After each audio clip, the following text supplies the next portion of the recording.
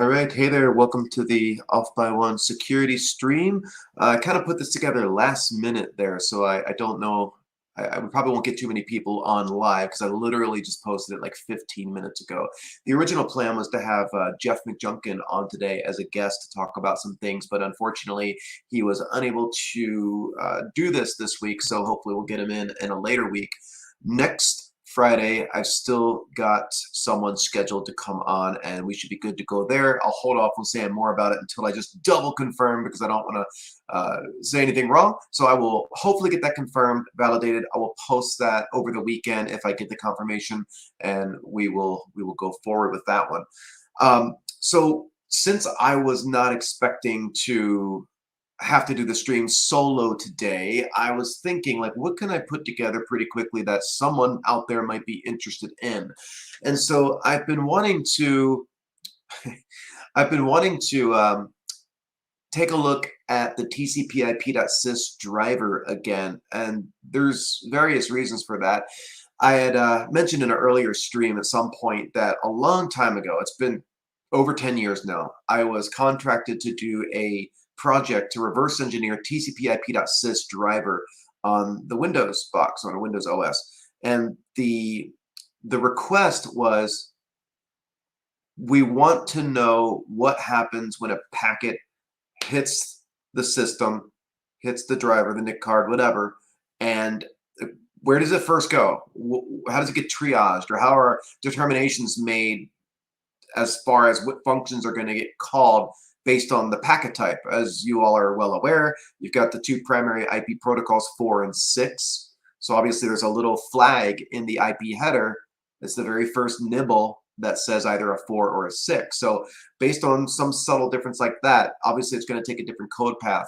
And as you can imagine, the tcpip.sys driver is quite complex because it's dealing with, I don't know, hundreds or even thousands of different packet types and all the various flags that could be set. Take, for example, the IP version 6 protocol itself, where we took things like the encryption, like IPsec with ESP or AH. We put that into layer 3 as opposed to being shimmed in. Before we, in IP version 4, we basically split the layers apart. We took layer 3 IP and split it from layer 4 and just stuck this new layer in there to support the encryption at that layer. But with IP version 6, that obviously was added in natively. Other things as well, like quality of service, QoS and stuff, that was added in the actual layer 3 protocol. Things like source routing, but these are all in the form of extension headers typically. So there's IP version 6 extensions, and that's just additional code that has to be executed to handle this stuff. So my point is, that's just one small example, and it gets complex really quickly. Think about all the different layer 4 protocols that are supported, or even layer 3. Like another layer 3 protocol would be GRE for generic routing encapsulation. It's a whole other protocol type. So what path of execution would that take through the driver? Or is there some other DLL or driver or something else that gets involved depending on the packet type, which certainly is likely the case. So again, as you can imagine, the chiming in from the help desk. All right, how's it going? So there's a lot of different options, as you can see. So that project, I took that project on because it was a pretty big price tag associated with it. They were like, here's what we were thinking. If you don't think this is fair, name your price. How long do you think it'll take? I was a bit naive at the time.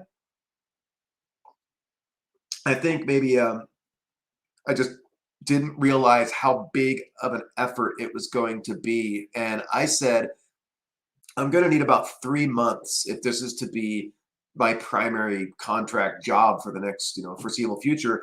Probably take about 3 months. And it ended up taking that, but it wasn't 40 or 50 hour a day work. It was 7 days a week, oftentimes 60, 70, 80 hours spent on it. And what they wanted to know is, I think their goal was to, I'm thinking about the particular company that asked for this. I don't want to disclose that, but they, based on who they are and kind of what they were asking for, they were clearly looking for vulnerabilities. They wanted to understand it at a very low level to potentially identify vulnerabilities. And any vulnerabilities I found during that exercise belonged to them because that was part of the contract. So I found in that one remote code execution vulnerability, and then a few denial of service vulnerabilities, all of which have been patched since then. When you do stuff like that, obviously, some of you probably have a familiarity with exploit sales, and I've talked about that in the past as well. When you sell a bug, when you sell an exploit, you don't own it anymore. It's not yours. You can't talk about it. That's whoever bought its product now. And I early on got into this stuff and was taught by people who were really good at just saying, hey, stay anonymous. Oh, just from day one, stay anonymous. As far as like, don't get your name put on things as like, I want to get credit for discovering this particular vulnerability, all this different stuff. And I've always kept that. Like, I moved to San Francisco back in 2000. That was right when I was really getting into all this exploit dev stuff. And I lived on Treasure Island in San Francisco, and it just happened to be like a lot of really interesting people living on that spot. A lot of hackers and stuff, like people part of Cult of the Dead Cow guys were out there. The guy who ran rotten.com was out there. It's a crazy old site.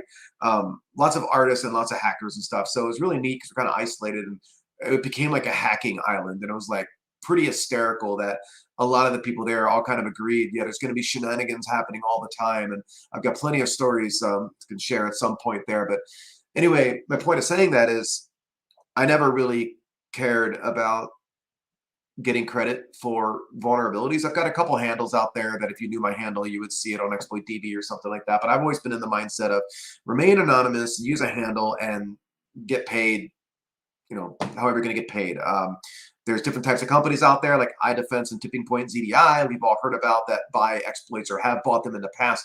And then they disclose it to the affected vendor and get it patched. And I just tweeted the other day or retweeted some individual who claims it's a company tweeted out that they are willing to pay up to 20 million US dollars for an iOS or Android full chain exploit.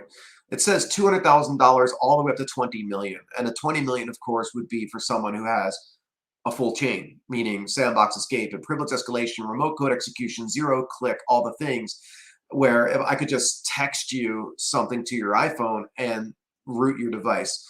You've, I'm sure, seen it where jailbreaks don't pop up like they used to. It's become quite complicated, quite challenging. Apple and other vendors have done an amazing job really securing the operating system. And if you're able to actually break out and jailbreak a phone, especially getting that remote code execution and all the things, it's worth a lot of money. Zerodium, like we've seen for years now, has been offering up to $2 million for an iOS exploit that does the same. $2.5 million for Android. This individual posted, hey, we'll pay up to $20 million. And that doesn't mean that they actually have that money. It doesn't mean it's a legitimate company. It doesn't mean you'll get paid. I've seen so many scammers out there who they're like, yeah, send me the exploit code so we can validate it. And if you're naive, you might think that they're a trusted party and you might send them something, which is obviously a terrible idea because they have no incentive to pay you now. One of the reasons I'll just share that I decided to personally keep anonymous anytime I've sold something is because you don't want that attribution. There's plenty of stories out there and individuals out there. We've seen crazy things over the years. Hackers go missing or something, like, you don't want to invite that attention, the attention that you get, because the kind of people who are interested in what you're capable of producing or may have on your systems could be quite interesting and all over the map, right? You've got different types of buyers out there, which could range from government entities. That one that I was just mentioning on Twitter said something like, as usual, this is for non-NATO end users, implying that these are likely sanctioned nations that would be purchasing this. So we don't have to name countries, but you can imagine what types of countries that may be. And there are some exploits out there. There's one in particular, I can't remember what it is. If any of you remember, go ahead and post it up. But there was this one exploit, this 0 day, that was being used by the Chinese government. And it ended up being involved in, I think it was a journalist being killed.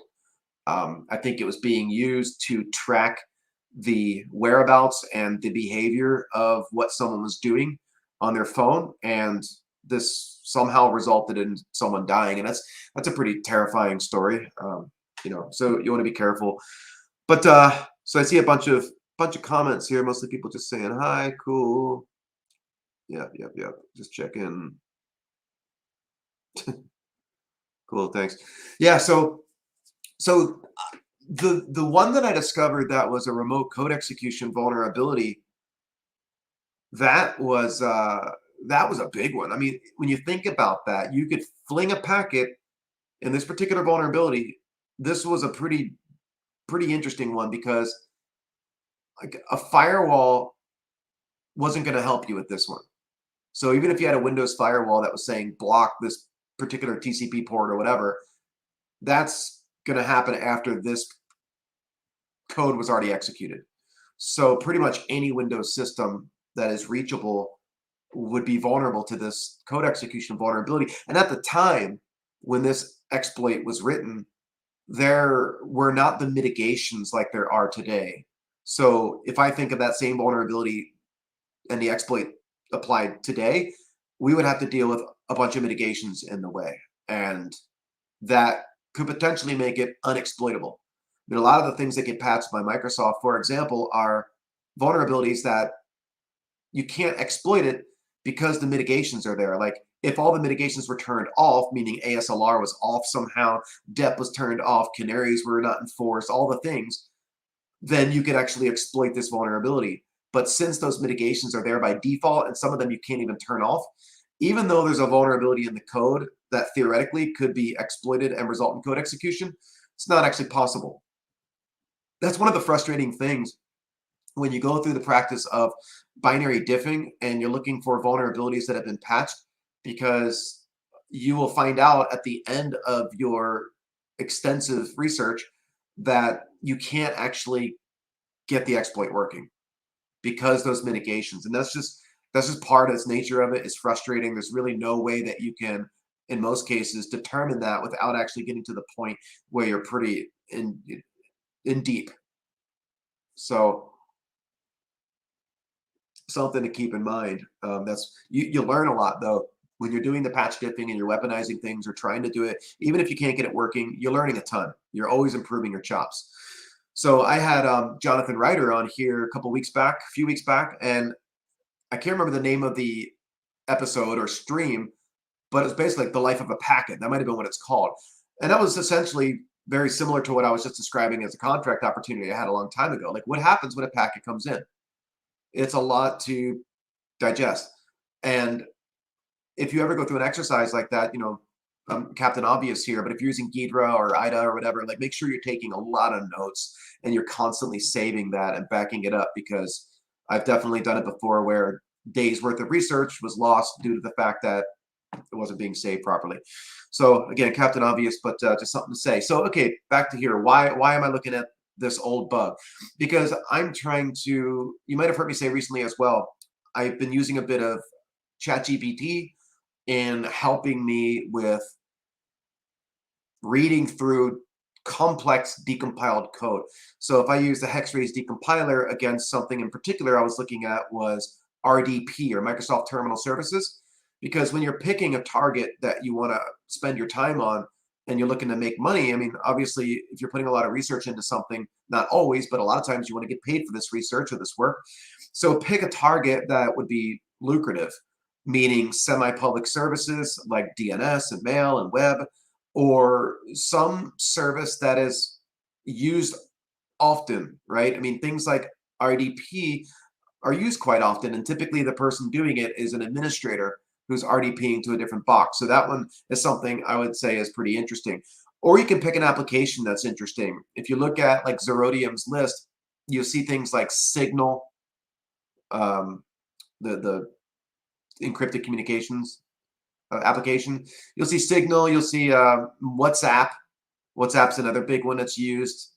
You'll also see things like Tor node de-anonymization and attacking the Tor browser, different things like that, because obviously JavaScript is turned on. Most people that use Tor and they're going on the darknet, they're going to disable JavaScript because JavaScript is responsible for an enormous number of the vulnerabilities that exist in browsers. If JavaScript wasn't there, just like Flash was there for a long time, and it was involved in a lot of vulnerabilities because you could write a malicious Flash module, and once, like if you can get something working, like you've got code execution because you wrote the malicious Flash object. So that shockwave file, you're going to write it in action script.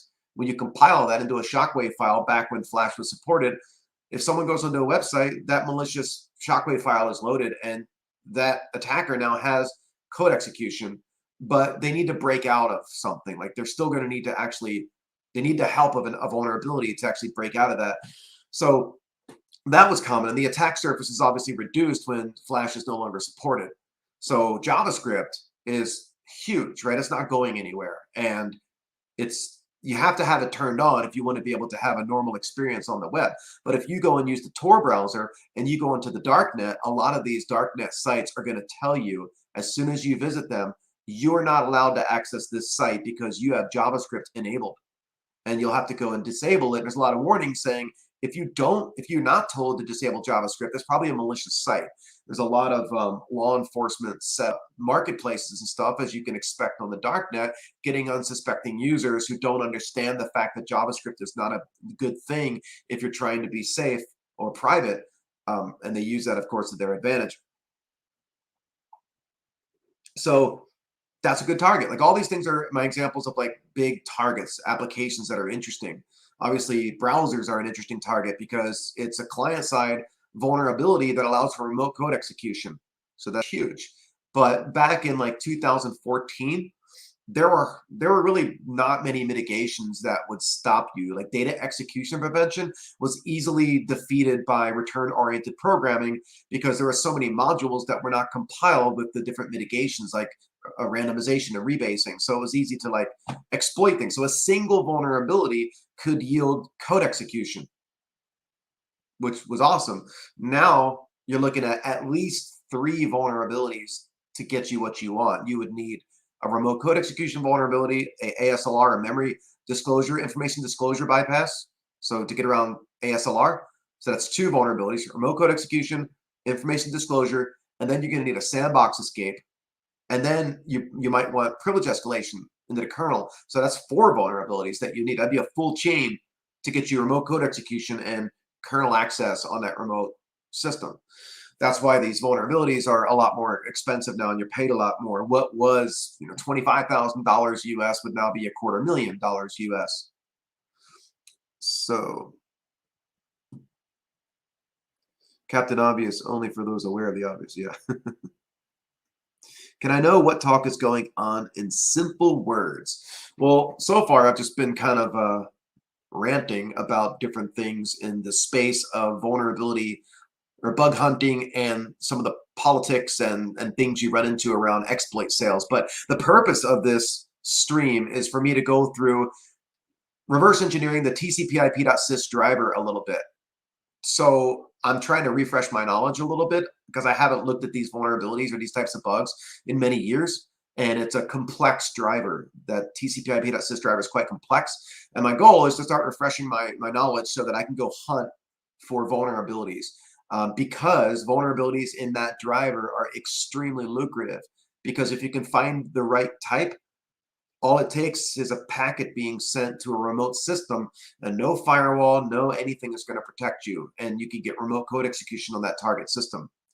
I had on Chompy a few months ago, earlier in the year, and actually, she released a blog and looked at a specific vulnerability that she reverse engineered through a patch diff.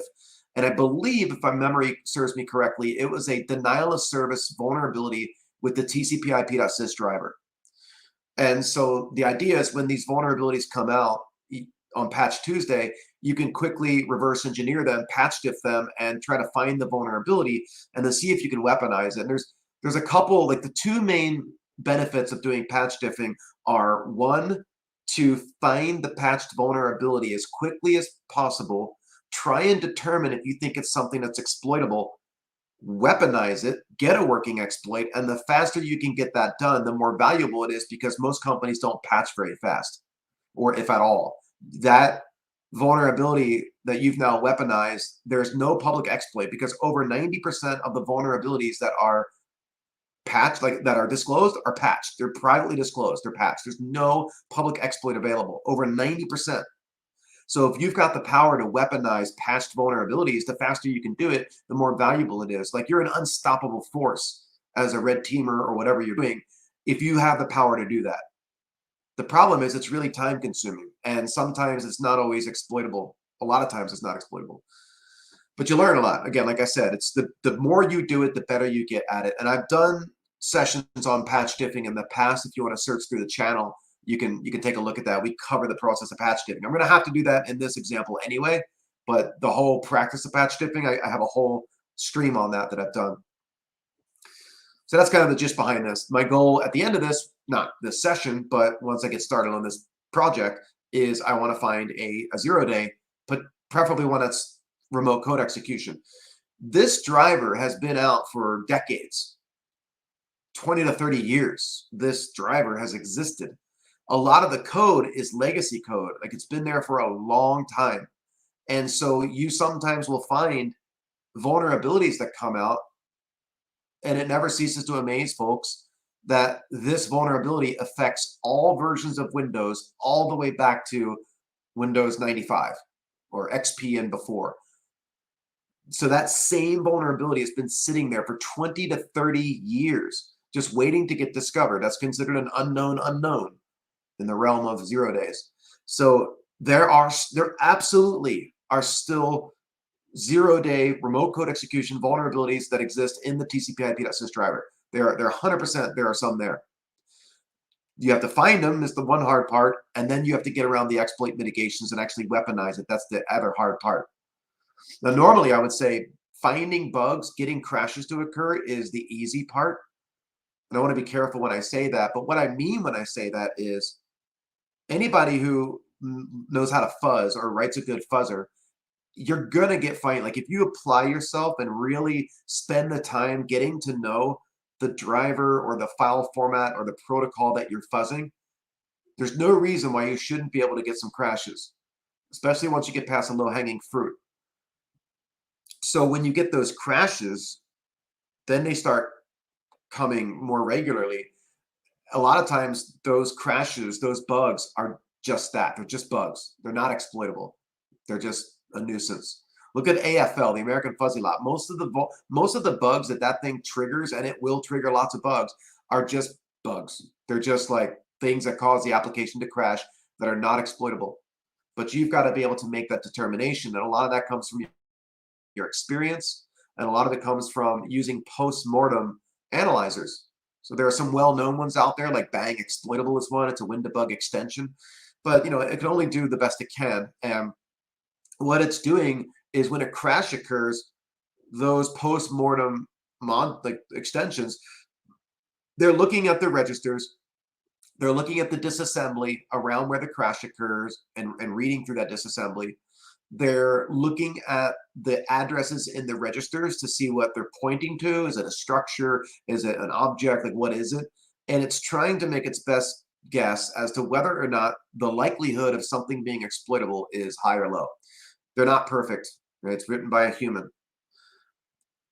So I'm seeing things pop up here. In current GC version, there's no ROP, but older versions ROP like pop RDI, I guess. What do you mean there's no ROP?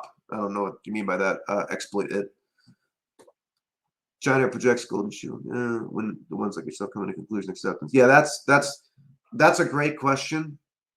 The question is, how do you know when you've exhausted a particular vulnerability or bug? How do you know that it's not exploitable? And when do you make that decision? That's a really good question and a tough question, because I've seen it before. And if you've taken 660 or 760 SANS course with me in the past, you may have heard me tell this story. But there was this one time where the old site Millworm used to be exploit database. Millworm is the old site. And people would post like 0 days up there, good ones a lot of times, not the stupid ones that nobody cares about, but really good ones. And this one time, this guy posted up, there's a denial of service bug in this particular service. And he said, it's only his word was something like, it's only a denial of service. Don't bother trying to weaponize it because I couldn't. That sounds really conceited, right? You're basically telling the world that because you weren't able to weaponize something, that it must not be exploitable because you're the best. And so this other person came in and actually got it working, like figured out how to get code execution and turn that denial of service into a code execution bug.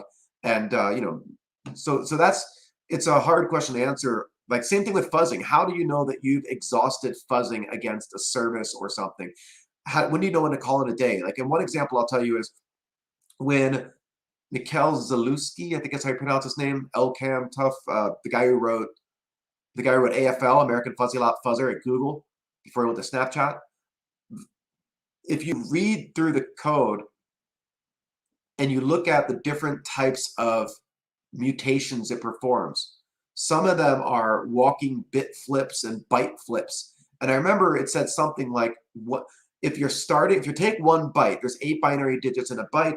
If you start from the least significant bit and then you move over one at a time, once you get to the 5th bit over and you're flipping bits, it doesn't really do anything to continue down to bits number 6, 7, and 8. Like, he discovered and determined that based on empirical, what he was doing, that there was little to no value flipping bits past the 5th bit point. So, like, that's an example of when you know you've exhausted things. Yes, there's a small chance that there could be something nested in there further, but the likelihood is low, and you don't have time to fuzz the planet, right? All the things. Most of us will split our fuzzing session across an array, a bunch of different boxes, and each target is being fuzzed in a different way. We got different protocol grammar that we've written for doing that kind of a fuzzing session that are targeting different pieces of the application, and that way you can get more value more quickly. So I'll give you one other quick one, and then I want to get into some demonstration here.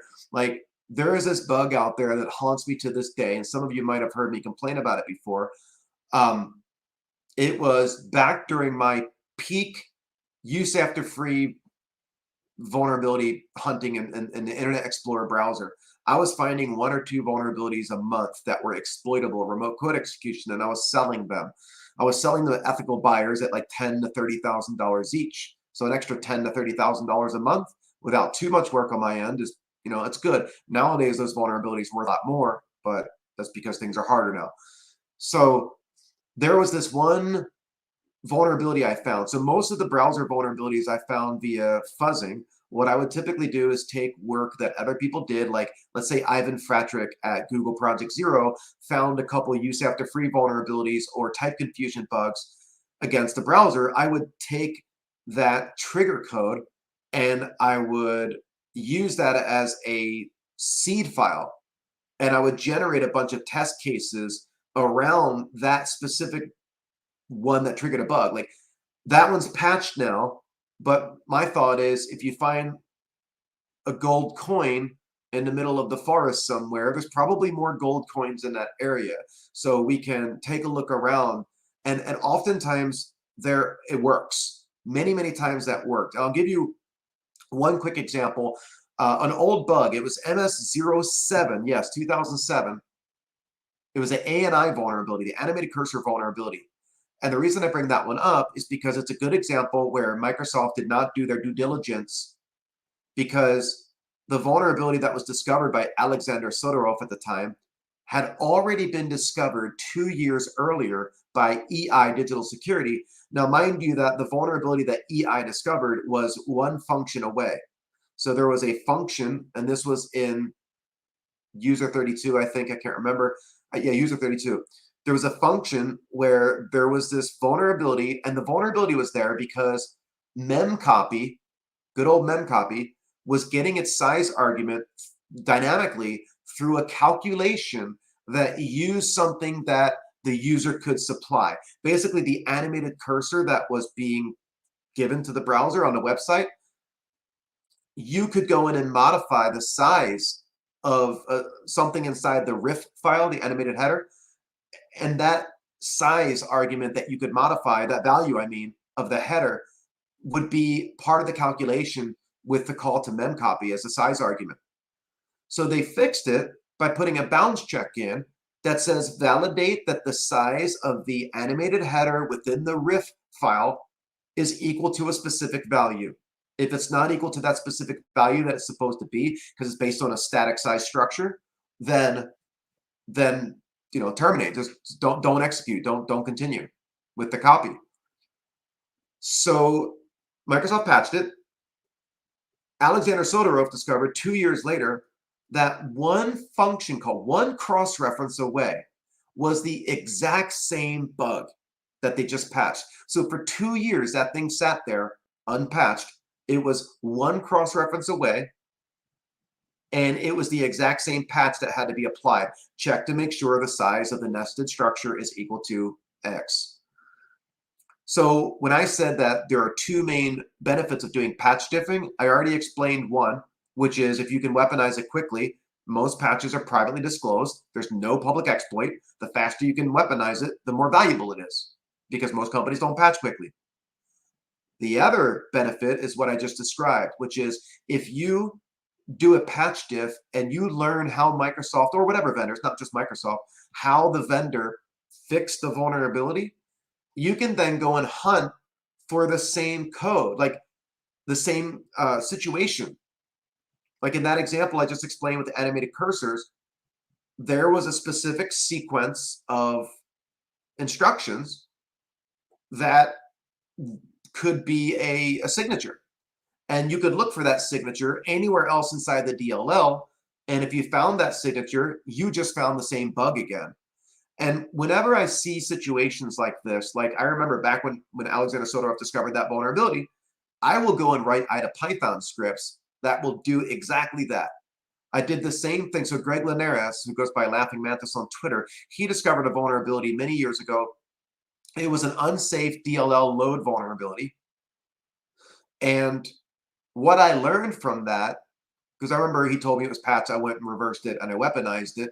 And what I learned from that is that the load library family of functions, like load library EXW and EXA, the load modules, there's a DW flags argument, which is very common.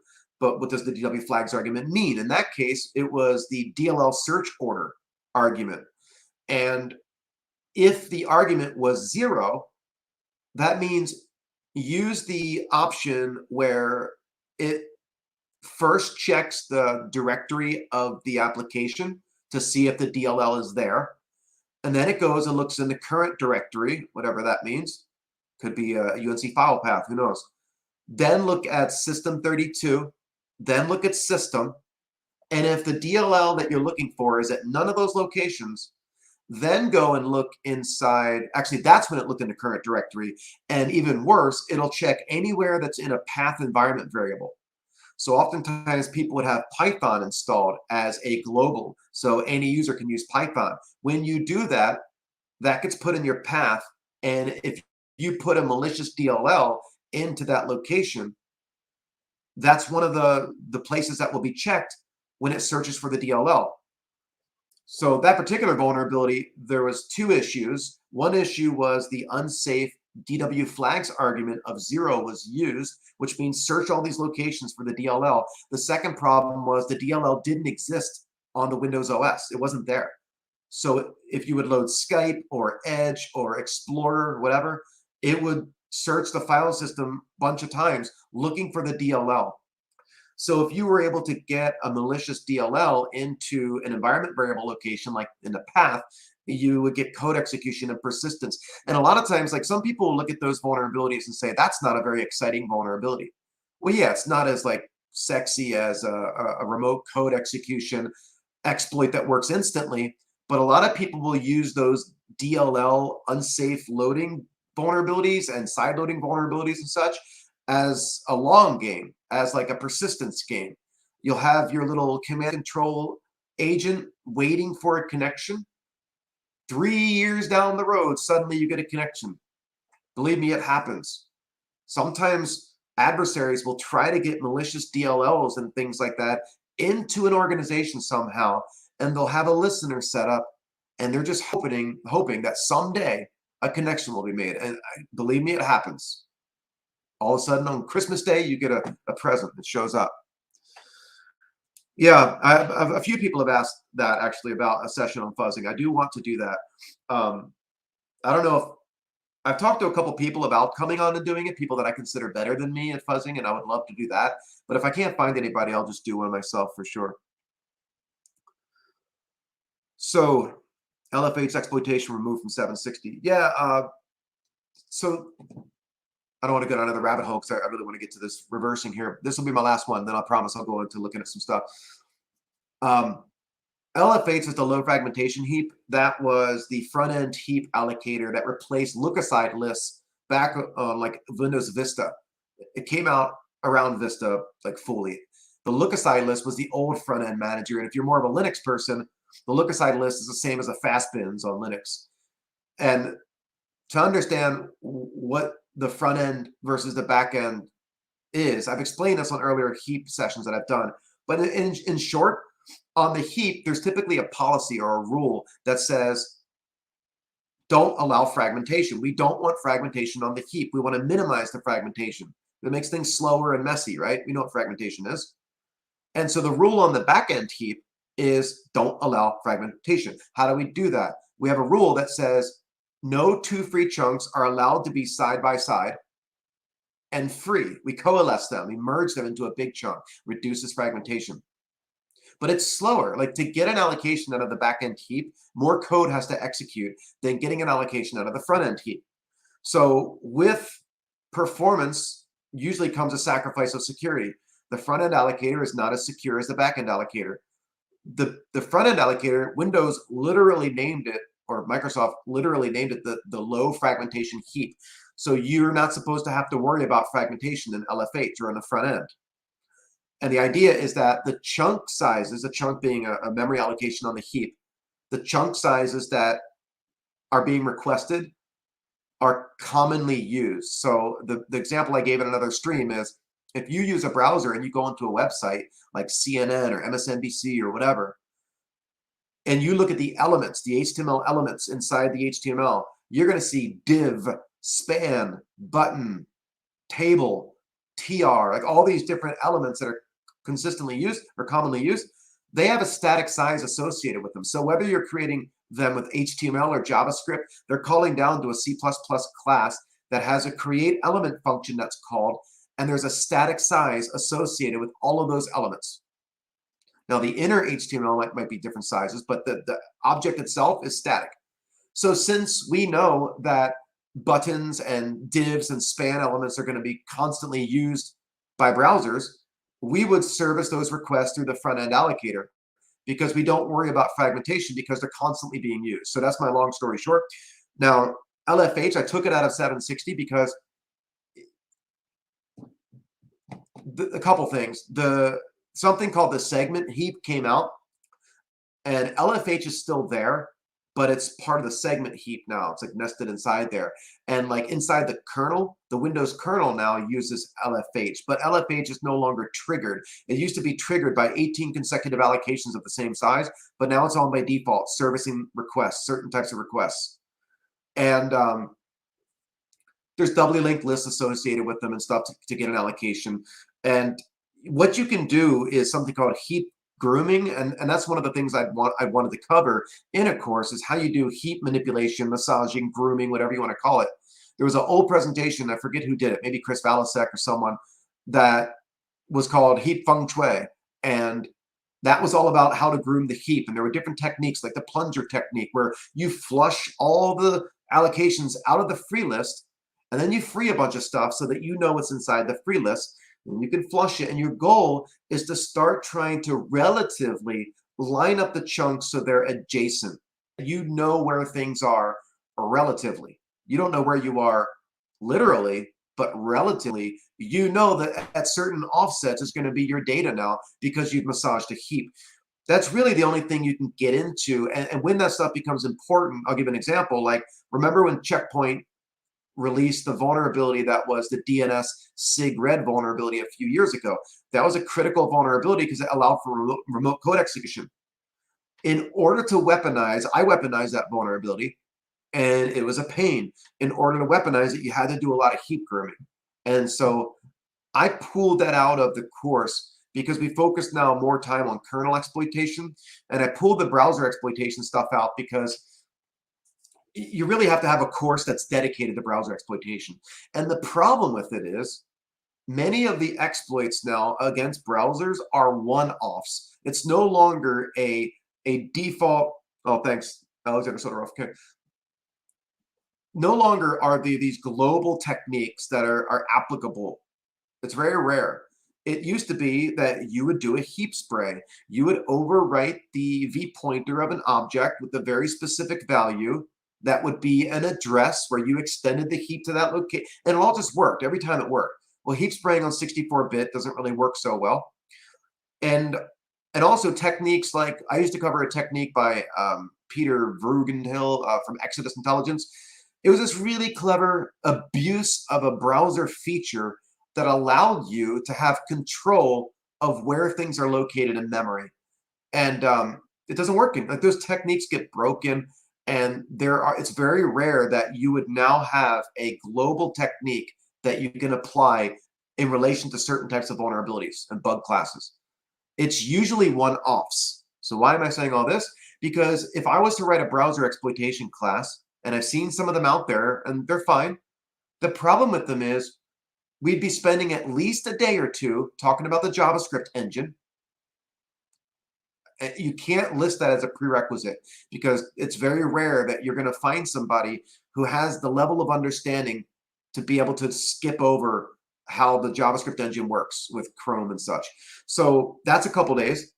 And then you're gonna fuzz, or they can show you the actual trigger that triggered a vulnerability. Now, normally when you're fuzzing a browser, it's nonsensical what you're doing. The JavaScript abuse and such, or the objects you're creating and freeing, it's very unorthodox. It's not something that you would ever see in a real application or a website, because you're trying to make weird things happen, and you're trying to cause like objects to get freed prematurely and other issues, type confusion issues to occur.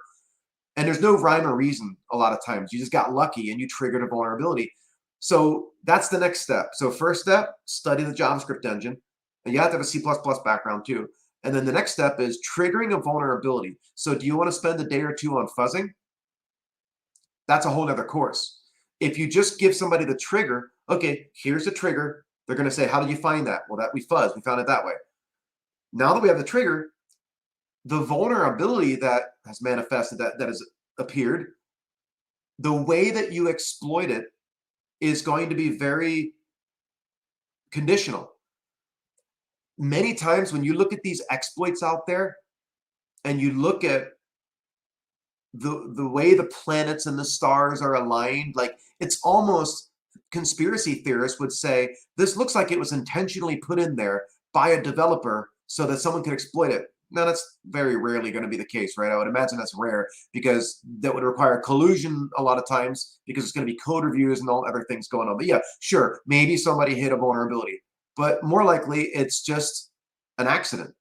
And when you look at the vulnerabilities, and I can tell you many examples of this, I'm not going to, but there are a million out there, you're like, it just so happened to be that the RDX register held a -1, and it's because RDX held a -1 that when you exploit this bug, a code execution path occurs because there was a check to see if there was a negative value in RDX.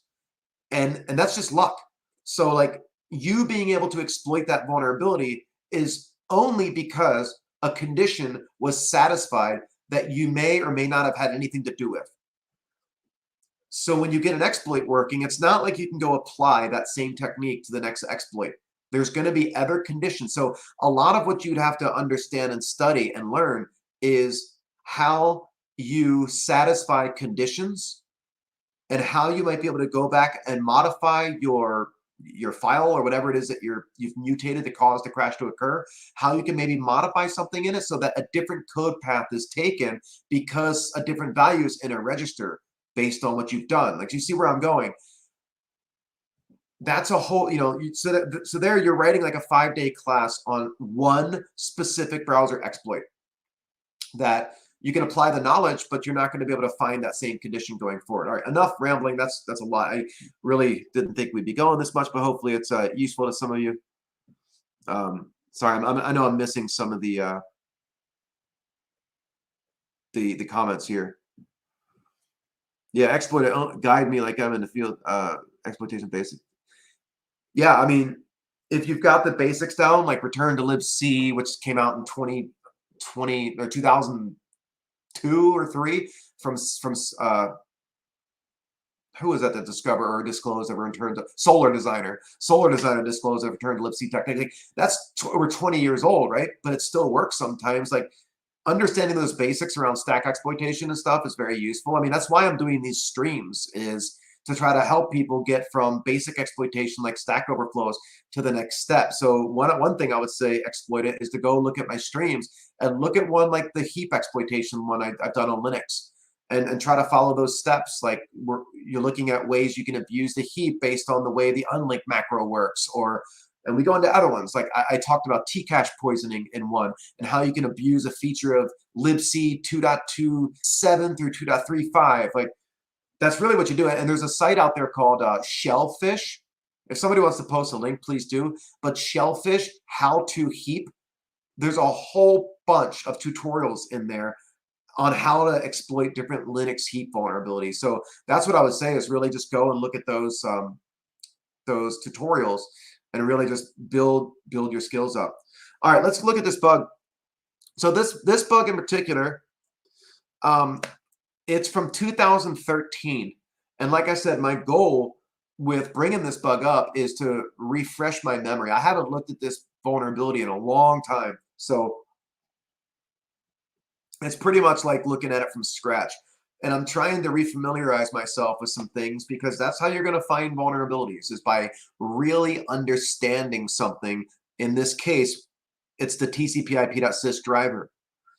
Like that's what you, again, have to do. You've got to pick something. Maybe it's the NTFS driver. I don't know how many people have looked at the NTFS driver. Study the heck out of it. And you should be able to find vulnerabilities if you really apply yourself. Now, if you don't have that much experience, there might be a lot of learning curve on how to understand, like how do drivers work, for example, how to find the ioctl values and the codes and things. Like there's a lot to learn, but that's okay. Once you're good at all that, like you should be able to pick a service or a driver or something else and find vulnerabilities in it. And that's going to be my goal with this driver going forward. So, and I'll tell you, like if I find, it's not going to be during this session because I'm just refreshing things, but if I find a vulnerability that's a denial of service, I will not sell it. I will just disclose it here. Like I'll tell the vendor, of course, and get it fixed, but I won't sell it, so that we can have something that we can look at from scratch. We can like, how do we find this thing? How do we determine that it's not exploitable, that it's only a denial of service? How do we trigger it? And what's the impact? Because denial of service bugs a lot of times aren't interesting to people. Like if you can, if I've got an HTML document that if you look at it with Chrome, it crashes Chrome, but it doesn't do any code execution, that's just annoying. You're just not going to view the document anymore. It doesn't get you anything. But a denial of service vulnerability on the tcpip.sys driver, that's actually powerful. And this one in particular, I'll explain to you why this one's a powerful DOS and could really cause problems. So I'm going to be jumping out every once in a while to look at the comments to see if there's anything I missed. Cool. So let's look here. The vulnerability we're going to look at is MS13018. So the first thing I would do is look up the Microsoft code. So MS13-018.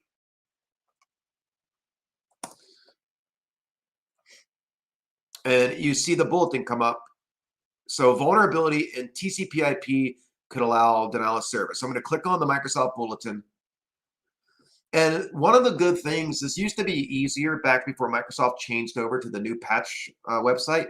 It used to be really easy to find the technical details around the vulnerability. Sometimes Microsoft would be very informative with the vulnerability announcement and details. Other times they don't give you much information. So the more information they give you in the announcement, the easier it's going to be for you to figure out what you should be looking at. So if we look through this web page here, sorry, it's going slow. I don't know why this browser is going slow. We could see vulnerability in TCP/IP that could allow denial of service. So I'm just going to scroll down a bit. And it shows you all the different operating systems that are affected by this vulnerability. And right here, is something interesting. It says TCP fin weight vulnerability. That is really informative because this is a tcp/ip.sys driver vulnerability. How do I know where to look? Well, it's telling you right here, fin. Fin is a TCP flag. It means finish. It's when we gracefully tear down the TCP session. So wait is also helpful, like fin wait vulnerability. But what does wait mean? I don't know, but it could be helpful, right? So we know it's TCP. We know it has to do with the fin flag, and it's telling us wait. So that's pretty useful. So what I'm going to do now is go over to IDA, and we're going to do a patch diff. So I'm going to diff. This is against Windows 8. I'm going to diff the Windows 8 tcp/ip.sys driver unpatched against the patched version. Now, I don't think that these are the perfect versions to diff against each other, but it's definitely good enough because you want minimal false positives. So I'm going to hit Control-6 to bring up bin diff, which is now open source. I'm sure you saw. Christian Blickman did that, and I'm going to diff it against the patched version. So we'll let this run for a minute. Depending on how big the input file is that we're diffing, it could take a while. This only has 4,800 functions, so that's not too big. Sometimes you diff a document or a file that has 75,000 functions, and that can take an hour or so. This is a C++ plugin that's doing it. If you're using something like Diaphora from Joaquin Corret, that's a great tool, but it's written in Python, so it's going to be way slower, and it's probably not going to be, it's going to take a lot more time to run against a large input file. BinDiff used to be a commercial application. It was owned by Halvor Flake and Thomas Dullian. Oh, that is Thomas Dullian, who works at Google for a long time now. I think he's still at Google. He used to own a company called Zynamics. Zynamics was out of Germany, and a good friend of mine was one of the developers, Rolf Rolls. He lives near me in Berkeley. He's one of the developers on that project, and it was $2,000 US. I mean, think about that. $2,000 for a plugin to a very niche tool called IDA Pro. That's crazy. And Google acquired the company, lowered the price to $200, and now it's been free for a long time, and now it's even open source. So I just think that's neat that someone was able to build a business out of plugins for a disassembler. It's pretty neat. So it's still diffing. Hopefully it finishes up here soon. No longer at Google. Yeah. You've been there a long time. A lot of times when companies like Google acquire another company, they're basically buying the developers. And obviously, like, they're not going to buy you and then you just go run off with your money. There's going to be a multi-year requirement that you stay as a developer before you get all your money. It's taken longer than I thought it would. I got a lot of virtual machines running, and I've got 16 gigs of RAM given to this particular virtual machine to try to get it to speed up, but it's still going slow. Come on. So I think actually a question for all of you who are listening live right now. Would anybody be interested in a session? Because usually my sessions are technical. Would anybody be interested in a session on like the questions asked during interviews at places like Google and Apple and Facebook and Microsoft, and like how the salaries work there, and how, like, because a lot of these companies have RSUs that they give you, and it's a game, you know, that you got to figure out how to negotiate and how the RSUs work, because you get typically 25% of the RSUs each year over a 4-year vesting period. But I don't know if that would be interesting to anyone. Like, if you're going to go for a security researcher position at a company, would you benefit from understanding what kind of questions are going to be asked and stuff? All right, so BinDiff is done. I'm going to close all the tabs except for the main one. All right, so anybody say anything for sure? Cool. All right, cool.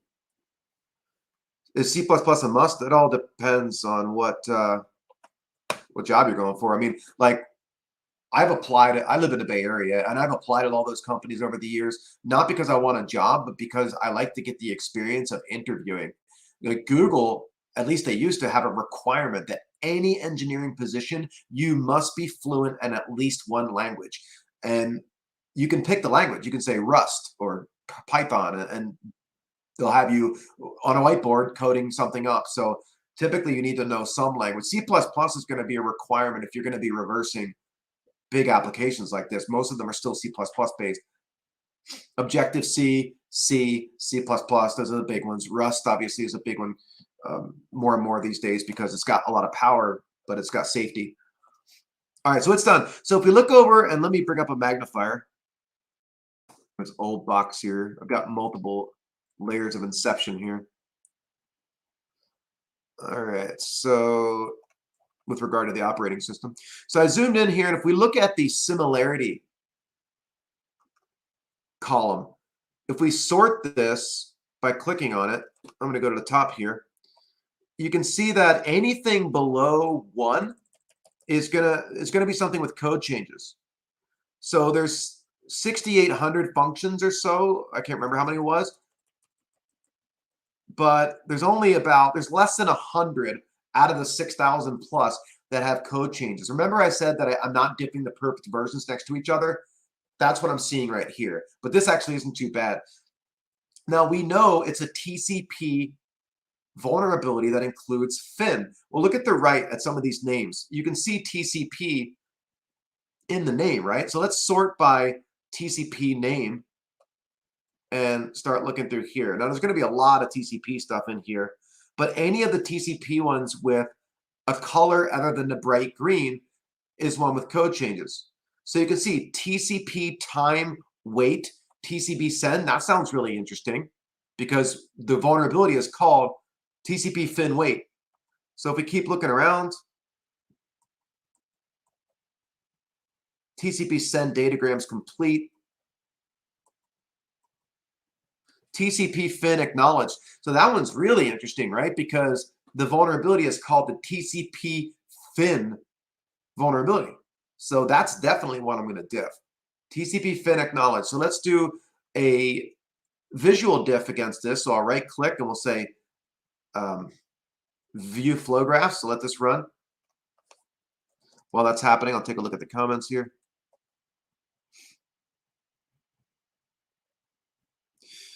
Here's a chat. I was chatting in Periscope's Twitter, but yeah, RSUs are the devil and would be great. Cool. Cool, cool. All right. Hey, what's up, Dan? Good to see you. So it's still running right here. I can't, I'm on a system where I can't do too much as far as the graphics are concerned. Can I explain how 64-bit system can have 7 to 8 terabytes of virtual memory? What do you mean? Are you asking like why it's 7 or 8 terabytes, or are you asking how that's possible that they can have so much virtual memory? Yeah, that's great that BinDiff is open source. I don't. That's two different questions, Matthew. So let me know which one, and I'll see if I can answer it. All right. I don't know why this diff is taking so long, but at least it's not crashing. What we're hoping to get is the graphical diff of the TCP fin acknowledged function. If we can't get the graphical diff, I'll just go into IDA and we'll jump into the actual function itself and take a look at it. But it's going to be really helpful if we can see the before and after. And there we go. All I had to do is talk a little longer, and now we see it. So I'm going to zoom in best I can here so you can see it. Now, if you've not used a diffing tool before, typically there's colors coding. The color that you see most in here is like that weird yellowish, light brownish color. I don't know what color that is. That's going to be blocks of code in the function that don't have any code changes.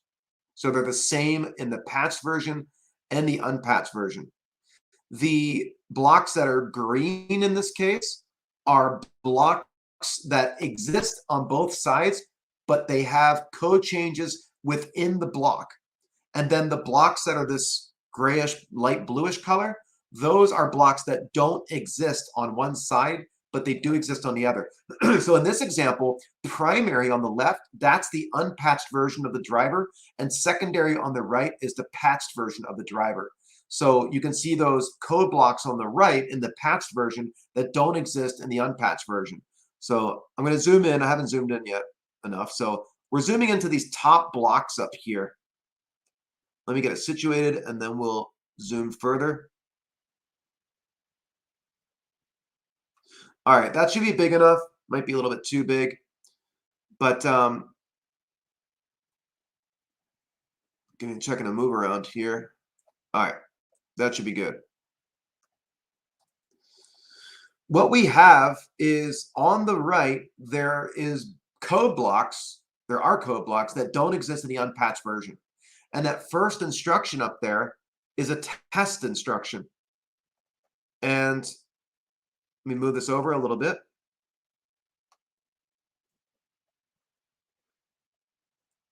For some reason, it's going really slowly, so sorry about that.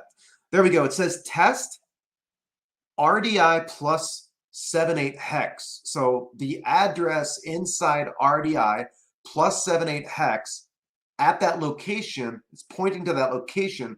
What's stored at that location is what's being tested. And it's testing it against hex 20. So what the test instruction does is a bitwise AND operation. So a bitwise AND operation. Typically, you see test most often in two situations. One situation is when you return back from a function call, it'll do a test to see whether or not something is inside the register. For example, you might see test RAX, RAX. So it's testing the RAX register against itself. It's checking to see if it holds a 0 or not. So a lot of times, like a function call returns back a status code, and a status code of 0 is everything's okay. A status code of 1 means there's an error. So if we test the RAX register against itself, because the accumulator register is what returns back something from a called function, then we know that there might have been an error, like it wasn't successful. A really good example is the heap allocation function, heap alloc on Windows. If we call heap alloc, we pass it a couple arguments, like which heap do we want to allocate in, what size do we want, and we expect return back to us from the heap alloc function a pointer to the actual memory address where the allocation was made. And that will then be passed to something like memcopy. If what we get back from the heap alloc function is a 0, like telling us something was wrong, nothing was allocated, when we test RAX against itself, that's how we know that the allocation request failed. And then we got to figure out why it failed. But that's one example of when you'll see the test instruction. Another common example of when you'll see the test instruction is this case right here. It's testing something that a register is pointing to, like what's stored there, against a literal value, hex 20. Now think about that in binary. 20 is 32 in hex, right? If you take hexadecimal, 20 is 32 bits. 32 is a number. So the 32's binary bit position, you start from the right, you go 1, 2, 4, 8, 16, 32. It's checking to see if a very specific bit is on at that location. This could be something like a TCP flag. Maybe it's checking to see if a TCP flag is on or off, like reset or fin or acknowledge.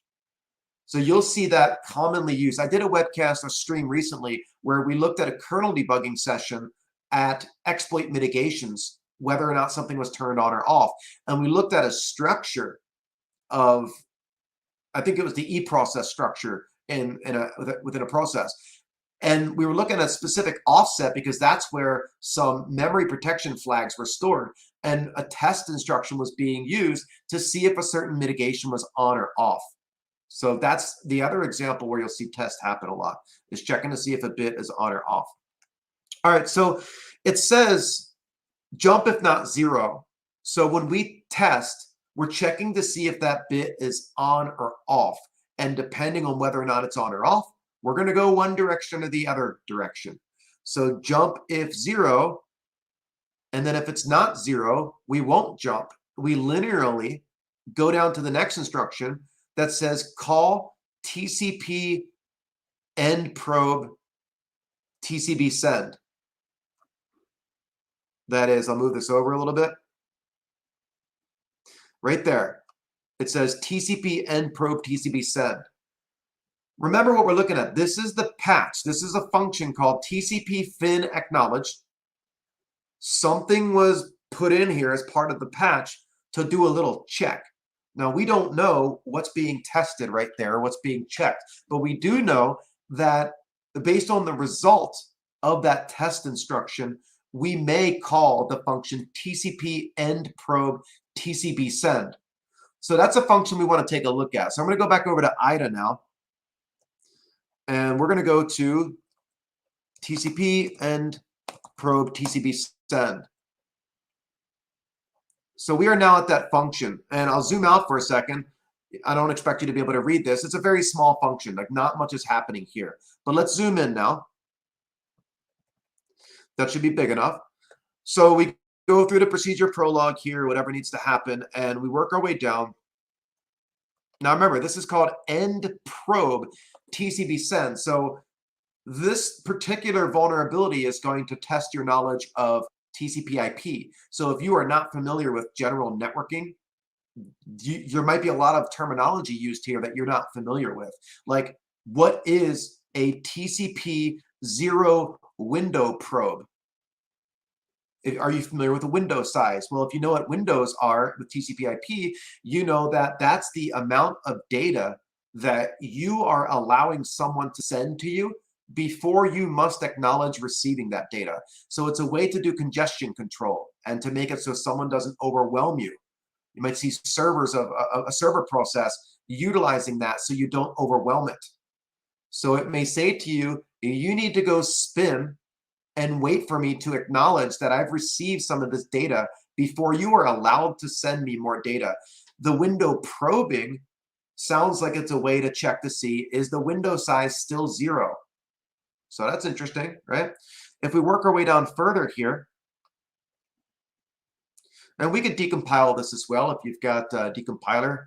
We'll just stick with the disassembler right now. But look at this. This is interesting, right? We see move into EAX, this literal value, FFDF. FFDF. And then we're ANDing it. So the AND instruction, there's AND and there's OR. One's going to turn something on, one's going to turn something off. This is the end probe function. So we are turning off some flag or some bit that's meaningful. And there's probably another function that's going to be called TCP begin probe, because we've got an end probe. There's probably a begin probe. And more than likely, that's going to have an OR instruction that turns that bit that we're talking about here on. Now look at that. Look at that bit specifically. FFDF, not FFFF, not FFEF, but DF. That very likely could be that value that we just saw in the visual diff. Let's go back over to the visual diff here. 2.0 is being tested, right? That 2.0 may directly correlate to this bit that's being turned off in the end probe function. Let's go see if there's a begin probe function. So I'm going to go back over here. And right above it, actually, I know you can't see it. It's kind of small, but it says begin probe TCP send. So I'm going to go to that function now. We'll zoom in. So this is, as you can see up at the top here, the begin probe TCP send function. And if we scroll down here, let's keep going. There's that 0 window probing begin, not probing end, but begin. So what I'm looking for and expecting to see is an OR instruction, but I could be wrong. It might not be here.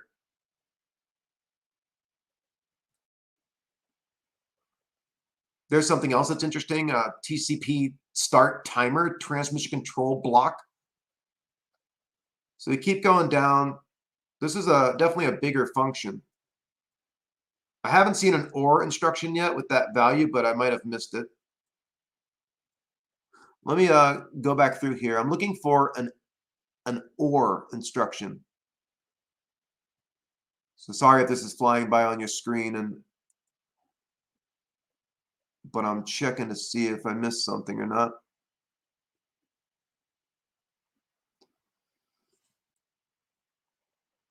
Somewhere in here, or something that this calls has to turn that bit on, because there's no way that bit gets turned off in the end probe function if it isn't turned on in the begin probe function. But there might be something else that turns it on, like I said.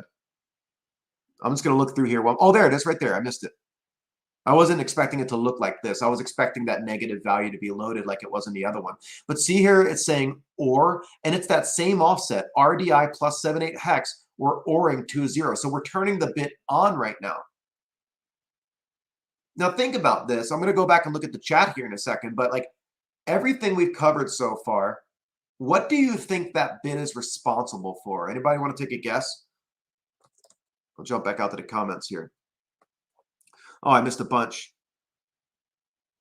So really interested kernel. So it's general questions. I'm trying to find questions about this specific thing.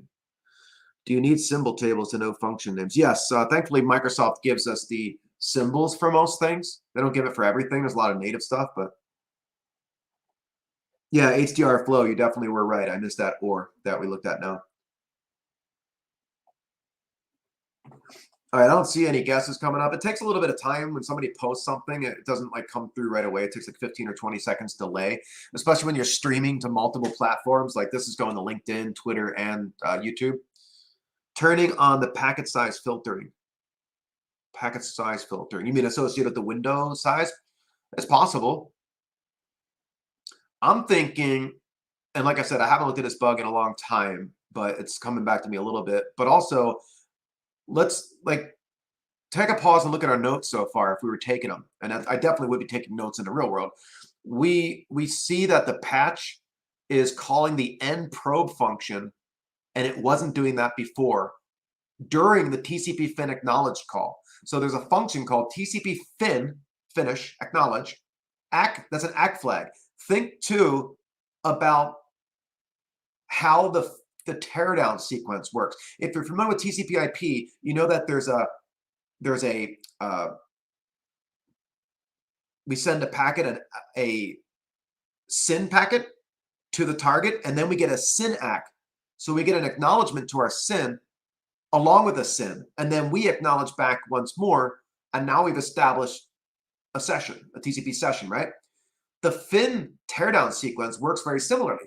Somebody says fin, we acknowledge that fin, and we also say fin, and they acknowledge that. The function we're looking at is called TCP fin acknowledged. The vulnerability is called TCP fin wait. We see that there is window probing, zero window probing occurring. And I explained that the window size is how much data you're allowed to send before an acknowledgement has to be received until you can send more data. We see that there is a call to end probe added into TCP fin acknowledge in the patched version. And we see that there's a function called begin probe that flips on this bit that we're interested in. And my question was, what do you think that bit is that we're turning on and off? What does it do? What's it related to?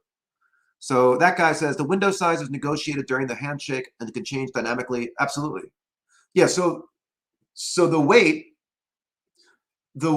is, again, how long you have to wait before I can send you something more, or you can send me something more. So if I set the window size to 10,000, if you send me 10,000 bytes, you can't send me anymore until I acknowledge receiving that data. That's what the window size is doing.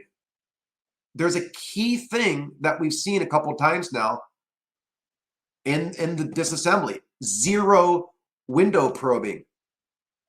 That's the answer. It should be starting to come to you now.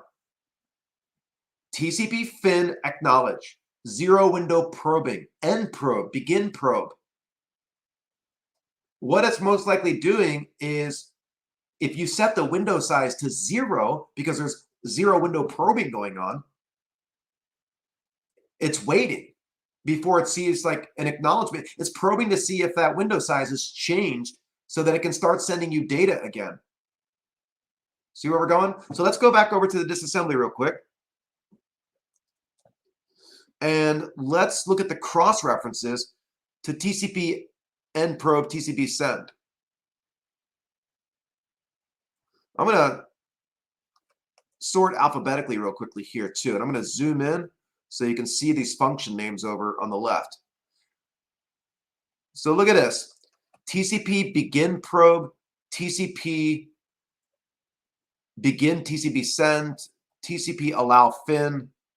There was a TCP begin probe. We saw that.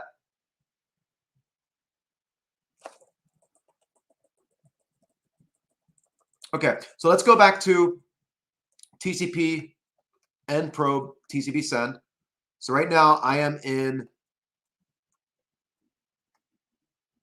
the function TCP end probe TCP send. I'm going to look at the cross references. Control X brings up our cross references, and you can see the only cross reference that's code is TCP TCP careful datagram. So we're going to go to that location. We say okay, and now we're there. Look at the size of this function. I just zoomed out. That is a massive function. That is not a function that we are going to be able to get through very quickly. But this must be a pretty important function since it's called what it's called. If we go back here, it is called TCP TCP careful datagram. So we go to this location. I'm going to zoom in. And here is the call. This right now, remember, we're looking at the unpatched version. And we're looking at the only call in the driver to the function TCP end probe TCP send. In the patched version, we see that TCP fin acknowledge also calls this function. But before that, it's only this function. If we go up a little bit, actually, let's look around this relative area. It's kind of hard when I'm zoomed in this far, but I'm trying to see if there's anything interesting around this area. It's kind of ugly because it's so zoomed in. But right above this, look at this. Test AL against 2.0. That's that 2.0 again. We keep seeing that come up, right? That's the 32's bit position. And now it's testing it right here. And based on the result, it's either going to call end probe or it's going to call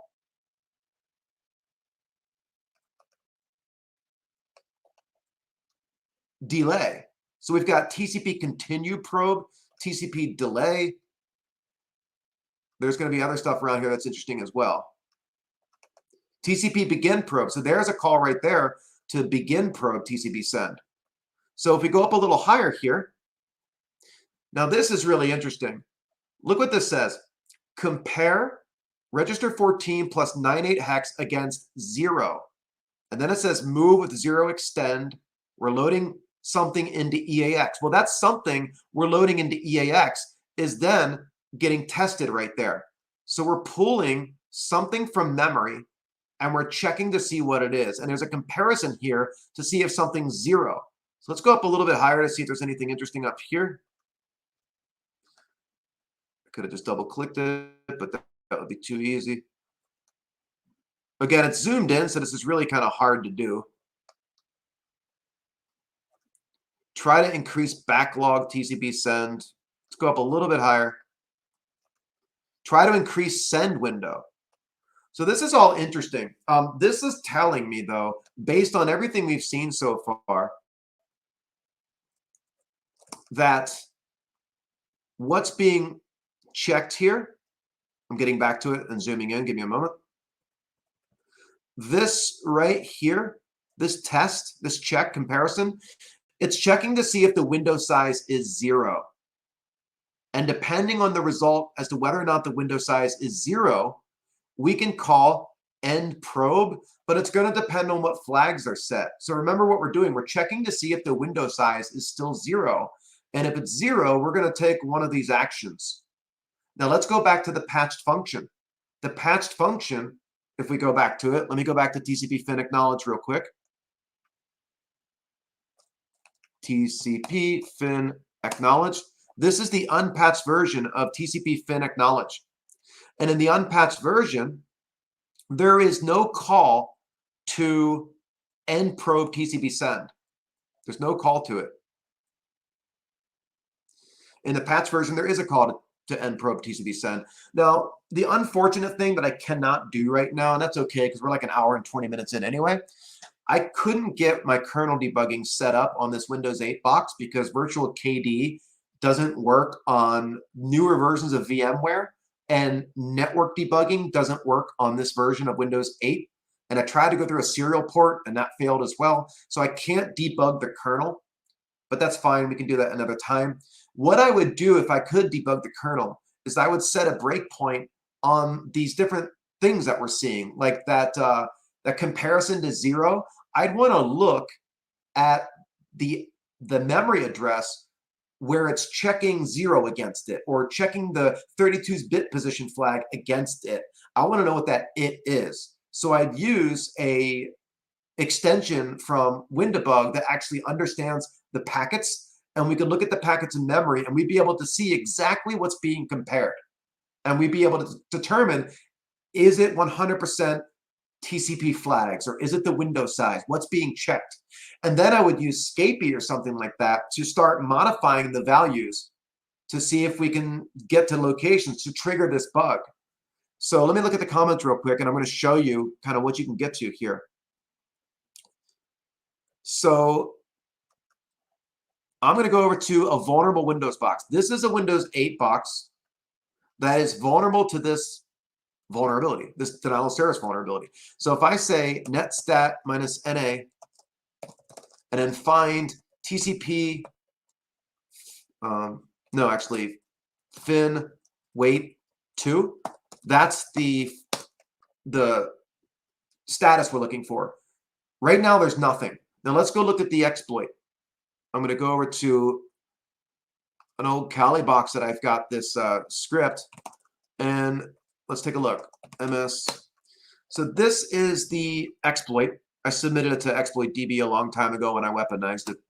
That's why all that junk's in there. You can see what it's doing. It's using Scapy, right? We're using a random source port. We're setting the sequence number statically to 1000 because we need to know what it is. And we need to dynamically get the data from the target and then increase the acknowledgement value accordingly. Scapy helps you out with a lot of that, but sometimes you need to do some manual work. So all this code is doing, if you want to even call it code, is it's using FTP, because to exploit this vulnerability, you've got to get the server side that's vulnerable to initiate the fin. Anytime you log out of something like an SSH server or an FTP server, since you're typing quit, the server is the one that sends the client the fin flag.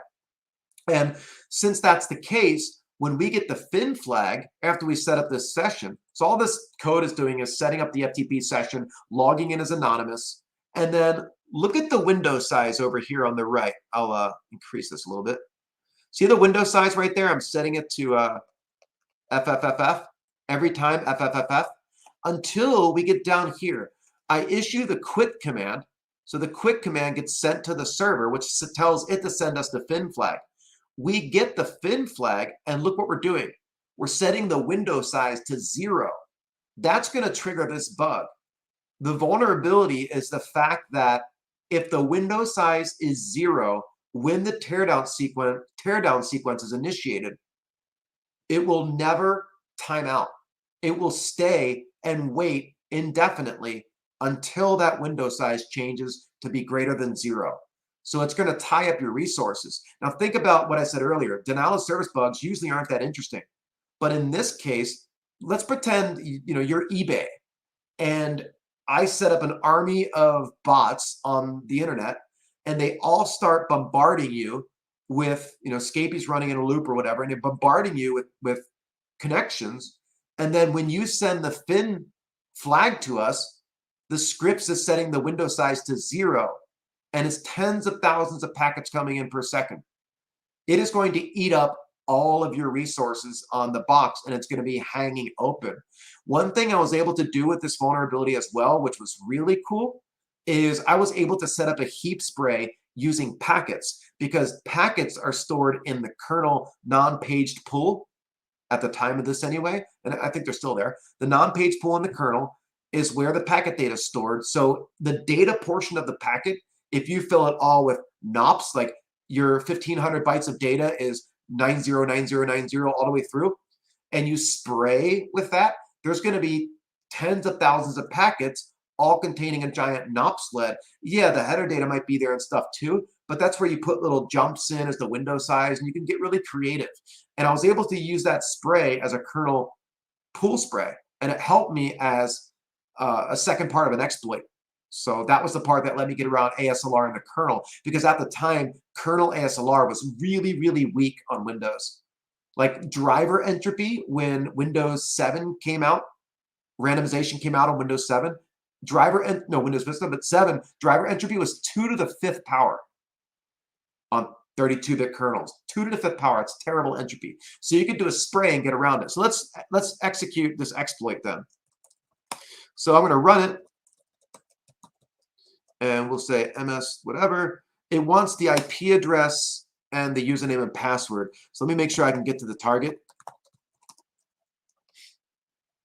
Uh-oh. 10, 10, 10, 18 should be the target, and it's not letting me get there. Let me go look at the target real quick.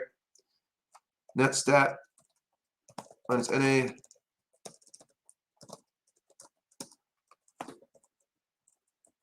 I could use find string, would make more sense. Yeah, 21's open. It is. Oh, it doesn't have a. It's disabled. Ha. Well, that's one way to protect yourself. Disable the driver. So now it's on. So I should be able to get there. 10, 10, 10, 18. Cool. All right. There's no packets right now. Great. Let's go back over and make sure we can FTP there. All right, now we're in. So I'm going to log in anonymous. And I'm logged in. So cool. I'm going to quit out. And now we're going to run the exploit. Python, ms whatever. The target 10.10.10.18. Username is guest. And then anonymous. That's what I meant to put in. All right, we run it. And it says check port 9998 should be in FinWait 2. It's running a couple more times. So now imagine I ran this in a loop. So I sent it 3 times right now. So that if this worked, we should have 3 sessions that are in the FinWait 2 state that will never time out. Let's do a check. And there they are. So, and the port numbers correlate to what it said. So that's going to stay until you shut down the interface and bring the interface back up again or reboot the system. That's the only way it's going to go away. And this data will stay in the kernel pools indefinitely until you do that. So that is why I think this particular bug is pretty interesting as a denial of service, when usually denial of service bugs aren't that interesting. Cool. So let me go back and look at the comments here. That's pretty much the end of what I want to cover. Like I said, I would like to do the kernel debug session, but I couldn't get that working right now. What did I miss here? If I missed questions from earlier, you can repost them now. I'll try to catch them. I'll hang out for a few minutes. Isn't the server filled with FTP logs of connections? Yeah, well, yes, absolutely. Remember what the requirement is. It has to be that the server is what sends the FIN packet. So in DNS, it's not going to send the FIN packet. It's got to be something that's got a service running. There's some kind of a login. I don't know. HTTP, does the server side send the FIN? I don't think so, because we do a get index.html, and the client probably sends the FIN. But if the server sent the FIN, this would work. But FTP, SSH, any other kind of service that you can connect into. Yeah, the packet heap spray was really, really cool. I was so happy when that worked. That's another interesting bug, is that tcpip.sys driver bug that got patched a while ago. That was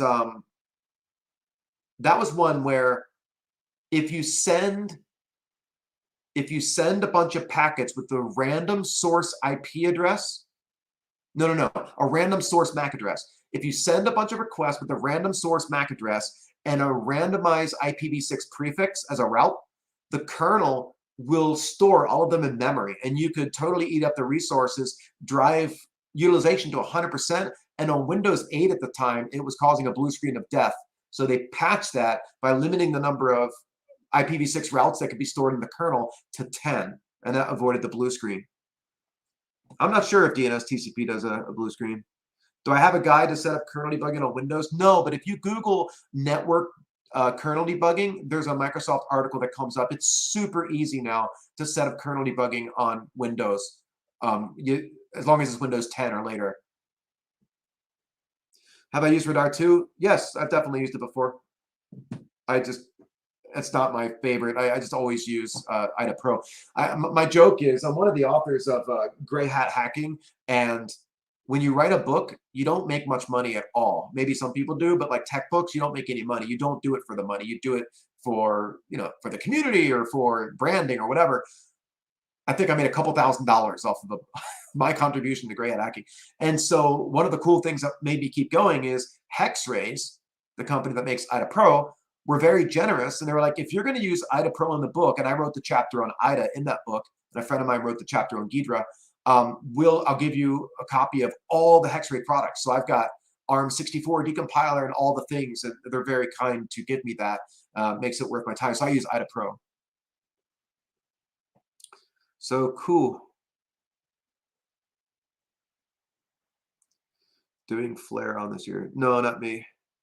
IPv6, yes, so neglected. It's the problem. One of the problems with IPv6 is it came out, and a lot of the vendors, because everybody thought IPv6 was going to be a thing, a lot of vendors came like running in to get their products to meet the requirements of it and ignored the extensions. So yeah, it supported the basics of IPv6, but not the extensions. So there's a lot of vulnerabilities out there, and I'm sure still exist. THC found a lot of great stuff before. Yeah, thanks, Dan. It's good to see you, Dan. I got to catch up with you soon. Sweet. All right, well, I'm going to drop off. Really awesome to have you guys all on here. I appreciate it. I will be back next week. And like I said, I'm going to continue my journey with the tcpip.sys driver stuff. I will find a vulnerability at some point, and unless it's a remote code execution bug, I will bring it here, and we'll all take a look at exactly how I found it and how we're able to get it weaponized. And what's the question? Is it possible to use WinDebug to watch in real time how Windows processes a packet? No, you can use time travel, of course, to capture some things, which is a lot of overhead. You can use some extensions. There's a couple of really good extensions. If you watch the session I did a couple weeks ago with Jonathan Reiter, he actually did some of that. He like being able to determine where the packet is in memory and identifying components to it and the whole session. You can map all that stuff out in the kernel, but in real time, you'd have to just like single step through or something like that.